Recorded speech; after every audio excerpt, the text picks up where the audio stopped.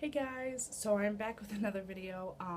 We're gonna get first off, I apologize for this that you see off to the side. My cats can't mind their own business and they have to know everything that I'm doing. I also apologize if you hear any like wind noises in the back. It's super hot and muggy in the part of Massachusetts I'm in right now. So I have to keep the windows open because if I was sitting where I am without both of the windows open, I would be dying. I'm already sweating right now, but today is a video I've been wanting to do since I got this palette, and I know people have already done like 8,000 videos on it, but I thought, you know what? What's wrong with 8,001? So today I will be doing a review and a little bit of a demo on the Anastasia Subculture palette. If you don't live under a rock, then you know that this palette has got a lot of talk behind it. There apparently have been so many problems with it, and you know, stuff like, excuse me, stuff like, that's what I'm talking about. That's exactly what I'm talking about. But stuff like it being so powdery that even if you lightly dip it into the palette a couple of times, it's the fall out and the fallback is crazy bad. Apparently the colors aren't blendable, and a whole array of other stuff like that. So I got this palette, and I'm also sorry, I'm like super congested right now, so I like sound like I have something in my throat and my nose, and I feel like I do too. But I got this palette in yesterday. I ordered it on August 1st when it debuted online on Ulta and Sephora. I bought it on Ulta's website around, I want to say 1:30 a.m. August 1st. By like 4 o'clock August of that same day, like 4 o'clock in the afternoon, it had been shipped, and I got it by 6 o'clock at night the next day on August 7th. Um, 2nd, August 7th. August 2nd. So I did pay for overnight shipping. It was $16.95. I did have money stored away, so the $16.95 was fine. I wanted to get this as soon as possible. It is now, I don't even know what day it is. It's now August 3rd. I did play around with it last night, and a lot of what people were saying online, I did 100% agree with. The kickback on a lot of these is crazy. Some of them didn't have as much kickback as I thought. I have a bit of a problem with some things, but we're going to get into that. So this is the palette. As you can see, I have definitely played around with it a little bit, dug into some colors. They're all absolutely beautiful. I love them. Sorry, I'm trying to like get, there's like another color in one of the other colors. God. But I love this palette. I love the way it looks. I love the colors.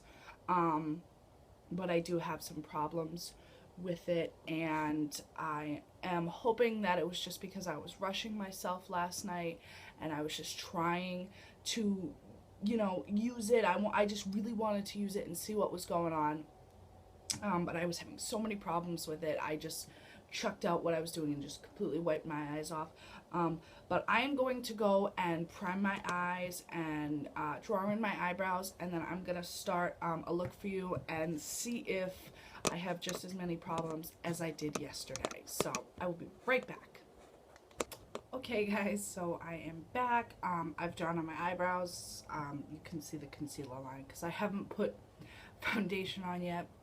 I have put tape on the side of my eyes too. I'm not one to usually do this, but because I know the fallout from this is extreme, I didn't want to get it like getting it everywhere. I also don't have my foundation on yet because of the fallout. So first, I've also primed my face. I've primed my eyes. I'm going to start out. I saw a look online that I wanted to try. So I'm going to start out with Edge right here, this little mustardy yellow color, and I'm barely dipping in. As you can see, I noticed online the fallout on other people's is a lot worse than mine. There were a couple that I did have bad fallout. But Edge, as you can, I don't know if you can tell, not that much kickback. Quite a bit of product on my brush, but I'm gonna just go right in and start my look. I'm not seeing a problem right now with blending. The pigment is pretty nice on this, if you can tell. I don't have the best camera in the world. It's not a camera at all. It's an iPad, guys, just in case you're wondering. Broke bitch status. Excuse me for swearing too. So I'm just gonna blend that all over the eye, a little bit in the crease. I'm going for a bit of a very light look, a summery look. Not something too dark and heavy. I don't know if you can see. It's actually blended out pretty well. So then I'm going to go in with this darker mustardy orange New Wave. And I have to grab another brush. That'd be smart. And I'm going to go in with this brush right here, lightly tapping. There is a bit more, if you can see, a bit more kickback on that one, but nothing too extreme. So I'm just going to go into the crease with this. Oh, this is so, oh my god. Guys, I don't know if you can see that. That is such a nice, like, orangey yellow color. And I'm going very lightly with my hand, not trying to blend too hard.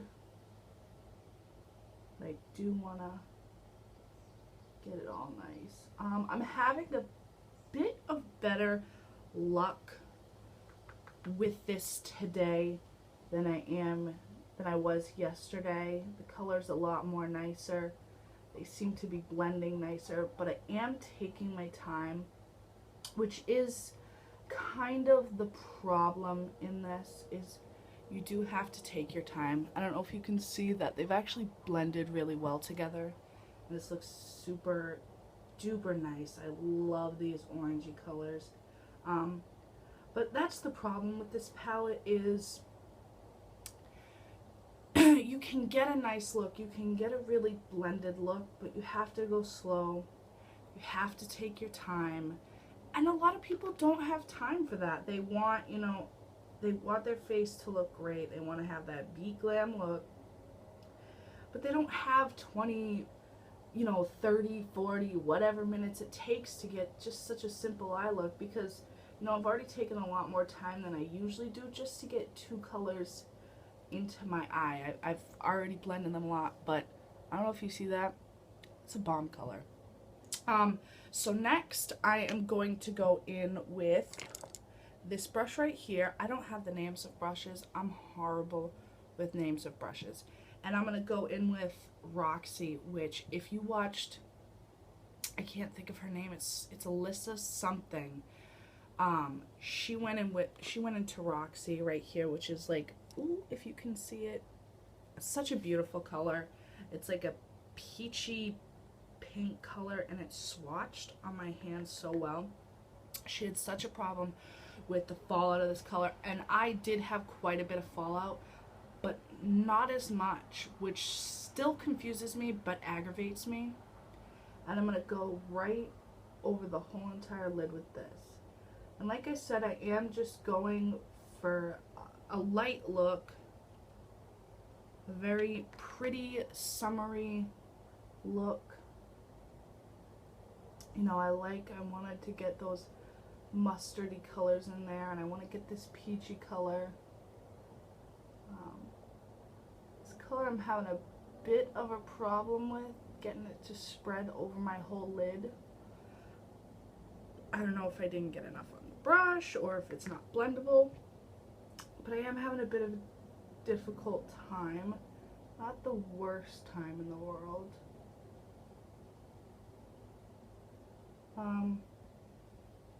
This is a bit patchy, I can say that. Not the patchiest color I've used. I don't know if you can see.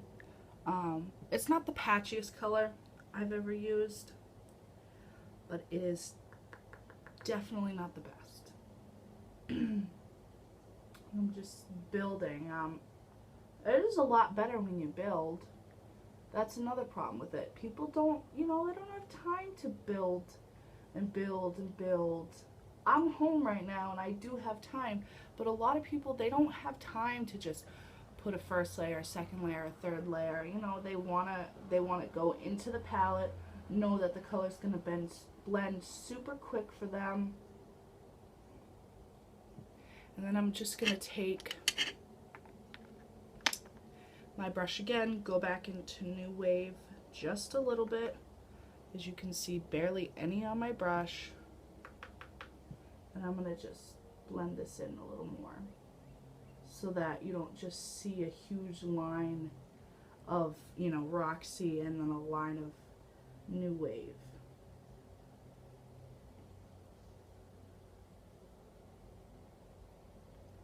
Like I said, very light-handed strokes. On camera, I'm telling you guys, this looks horrible because my camera's horrible. I promise it looks really, really pretty in person. And I'm just putting a little bit more of that Roxy color.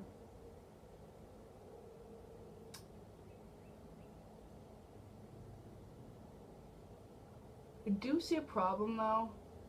You can't see, but I do have a line, like this crease on my eye. And Roxy, the color Roxy has gotten a bit into there, and it's like oxidized and it's darker in that line, and I have no idea why. It's a little weird, but it's pretty unnoticeable. But when I'm obviously looking in the mirror, it's super noticeable. So that's all I'm going to be doing for that eye look. Like I said, it's super simple. What I'm going to do next is I want to get a little fancy here.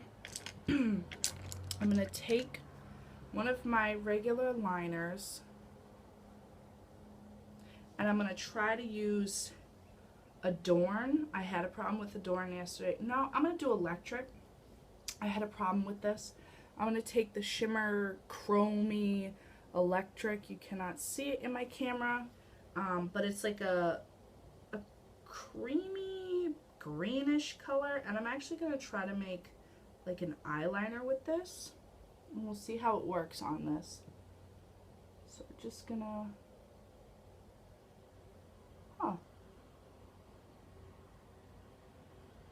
again, this is another one where you'd have to go in quite a few times, build up the look. I don't know if it's better when the brush is wet. I will have to try that out on the other eye that I'm going to do off camera, but it is not the best when dry. I had a problem swatching it with my finger as well as cube. When I swatched both of them, it was not good.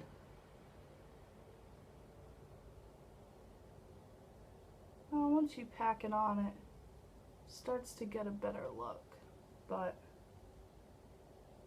I'm also not the best at eyeliner, so I'm not surprised I'm having issues putting the shadow as a liner. And I'm not trying to make it out to seem like it is supposed to be a liner, but I wanted to do just one little line of it, see what it looked like. When I'm putting it on also, I'm getting a bit of kickback. It's falling down onto my face. So there's that. I think this is the best I'm going to be able to get it with a dry brush, because every time I try to put another layer, it really doesn't do anything for me. So I don't know if you can see, that's literally the best I could get it to show up. I don't know if with a wet brush it's going to be a little better, but I'm not convinced. I'm really trying to get this to pack on and be a cute little eyeliner look, but I don't seem to be having any luck. So I'll have to go in with this little liner brush, wet the brush with my setting spray, and get it a little more vibrant. So I'm going to take this off, and not a lot of kickback. That's good. So guys, this is the look that I went for. I had a little bit of trouble, but not too much. As you can see, we're quite a bit into the video, and it's taken me a long time just to get one eye. So I do have some problems with this palette, but I'm going to get a little bit more into it. I'm going to finish up this eye. I'm going to put my face on, and then I will be right back, guys. Alright guys, so I have moved locations due to someone being home and I can't film where I was filming. But this is the finished look with the Anastasia Subculture palette. So I think it looks decent. I honestly like it. I want to say like 4 different colors on my eyes, and I used one of the colors as a liner.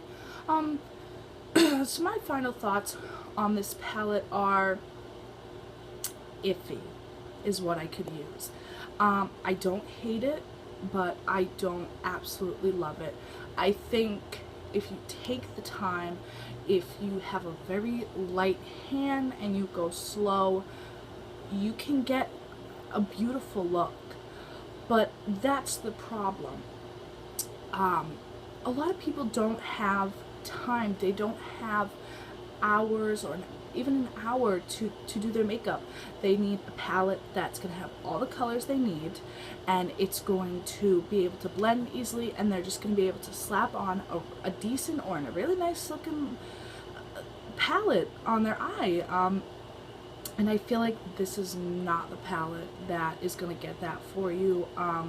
It throws out beautiful looks, but because they are so pigmented and you have to have such a light hand, it is going to take you a while. And I luckily had time to do this look, to actually get it to look really nice, and I'm actually pretty proud of this look. But would I recommend people buy it? Yes. The average makeup user who maybe doesn't understand blending and what in the time you have to take and how you have to dip the brush, I would say no. But if you have the time of day and you're good at makeup, I would snatch this palette up. I don't think it's as powdery as everyone made it seem. I dipped into it, some of them quite a few times, and yes, I did get that fallout and that kickback, but I did not have the shadows crumbling right in front of me. And I actually, when I was doing my makeup, I had more of my blush and my bronzer and my face powder, which are pressed. All of them are pressed. I had more of that on my clothes than I did the eyeshadows. So I'm still, like I said, I'm iffy about this palette. I'm gonna keep it and I'm gonna use it. It's not gonna be my go-to every time I'm doing a look. It's not gonna be my quick go-to, but when I have time and I'm looking for a bomb look, I sure as heck am gonna go grab my Subculture palette. So that is my thoughts on this palette. That was my demo. That's my review. I hope you guys enjoyed, and if you did, don't forget to subscribe, follow me on Snapchat, Instagram, Twitter. All of that will be linked below. So I hope you guys have a wonderful day, and go out and get that Subculture palette. Bye!